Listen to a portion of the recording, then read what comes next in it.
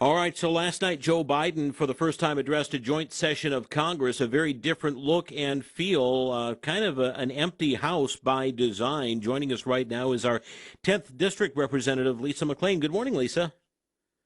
Good morning. How are you? I'm doing well, thanks. Boy, this should have been your first State of the Union style address that you got to see in person as a U.S. representative, and you ended up watching it like most of us at home on TV, right? Yes, I did, but that's okay. That's all right. I understand. At least I watched it, right? Well, yeah, and we all did. And what was your reaction when he laid out his American Families plan? I actually watched it very closely and took some notes. And the overlying theme that I got from it was I think President Biden presented some very radical ideas, but he presented them in a very pretty package wrapped up in a nice bow. And what I would urge people to do is we need to unwrap the package and take off the pretty bow and really look at what's inside the package. I mean, let's take a look at what is inside the package in his first 100 days. He has spent more in his first 100 days than any other president in the history of this nation, $2 trillion. And he's talking about spending more. He's got a $4 trillion infrastructure and family plan package on the way. He's got anywhere from 10 to 100 trillion Green New Deal package on the way. Think about that for a minute. Our debt is already close to 30 trillion. He's talking about in his presidency doubling that debt. And he's talking about, well, we'll pay for it on the backs of big business. We can't pay down the $30 trillion debt we have right now. Doubling that, there's no way logically anyone can believe big business is going to pay down 30, let alone $60 trillion worth of debt. It just doesn't work.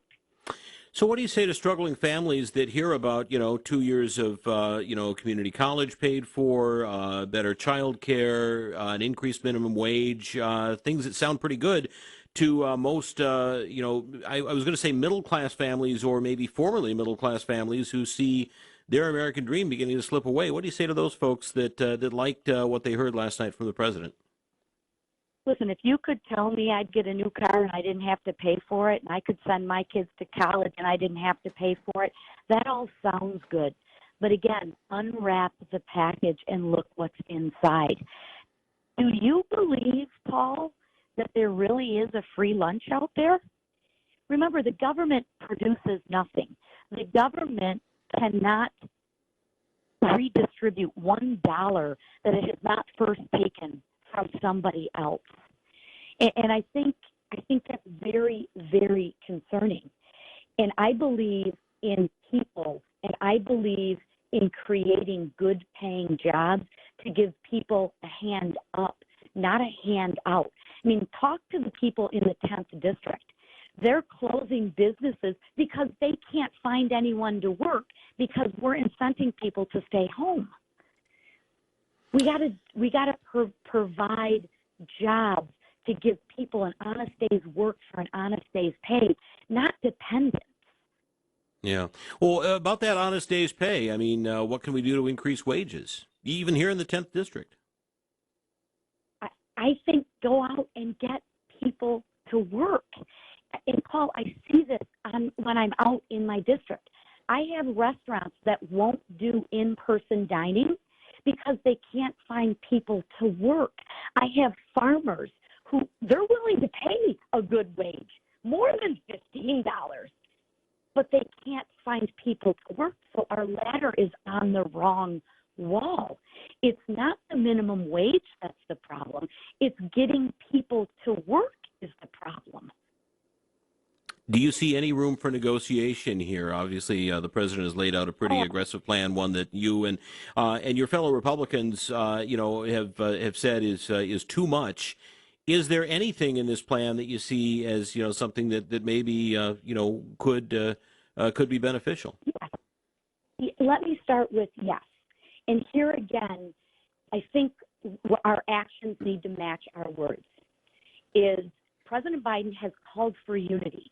Yet his actions don't do that. He has not met with McCarthy yet. He's trying to take away the filibuster. They've already taken away the MTR.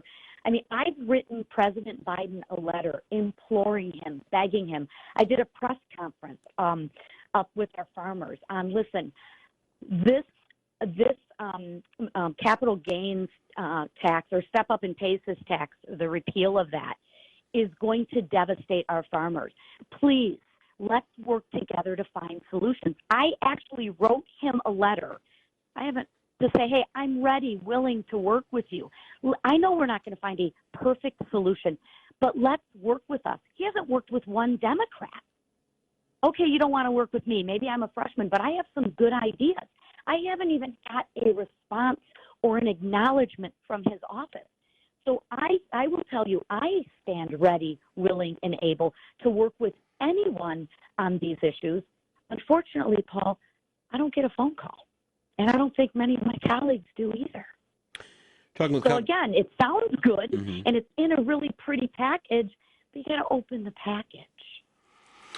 We're talking with Congresswoman Lisa McClain. We're going to hear in just a few minutes from Governor Whitmer. She's going to be addressing the state on the COVID-19 pandemic. The numbers have been up here in Michigan. They're beginning to subside a little bit, but this has been a really tough month here in the state of Michigan. What are we going to do to eradicate this virus, or at least make it more manageable than it has been?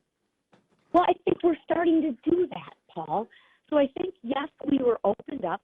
Remember, we were one of the most locked down states there were. Then when we opened up, I don't think we had that herd immunity, and you saw our numbers go up. Now, with more people getting vaccinated, with herd immunities taking place, with people making better conscious decisions, I think you see the numbers going down. So I think we're on the right track. Our state has got to remain open, and I think the governor actually sees that, right? I mean, you talk about following the science. I think what people want from their leaders is truth, consistency, and transparency. And I think we need to follow the science, not the political science. Mm-hmm. And what does the science tell you? The science tells me that there are some states that are doing it well. And what I mean by that is they take a look at Florida. Florida, if the lockdowns worked, then our numbers would be down. They're not. Now, not only does Michigan have a pandemic, we also have an economic pandemic. So to me, I need people to come together and do the right thing. I believe that we can figure out how to stay safe and be productive. There's people in other states that have done that. Let's stop this blame game, and let's take a look at the policies and the science that works. Now, what I do wish, because I even get confused when I listen, is, do the masks work? Don't they work? Is it 6 feet? Is it 3 feet? 3 feet. Can we send our kids back to school? Then if so, then let's send them back to school. I mean, let's stop playing politics with people's lives, and let's move forward together. Is it possible, though, that, the science, it's rather than political, we just learn more things? I hear people say, well, at first the masks do work, then they don't work, and back and forth. Maybe it's just that we're learning more about how this virus is transmitted. Then if that is the case, then let's act on that. Why aren't our kids back in school full time? Well, they are. Why are we wearing masks? Yeah, I mean, in-person schooling. I mean, so my point is, if we're going to do it, then let's act on that. Yeah. Well, Lisa, always appreciate your time and your insight. It's going to be very interesting to see where this package that the president introduced last night goes. Hopefully, there is some bipartisanship. I'd love to hear some debate on this and some discussion and some productive. As would I. Open the package. Take the pretty bow off the package, and I stand ready, willing, and able to work with the administration to help our family farmers and to help our 10th district in general. All right. Lisa, appreciate it very much. Me, Paul. Take care. Have a great day. Bye-bye. Take care.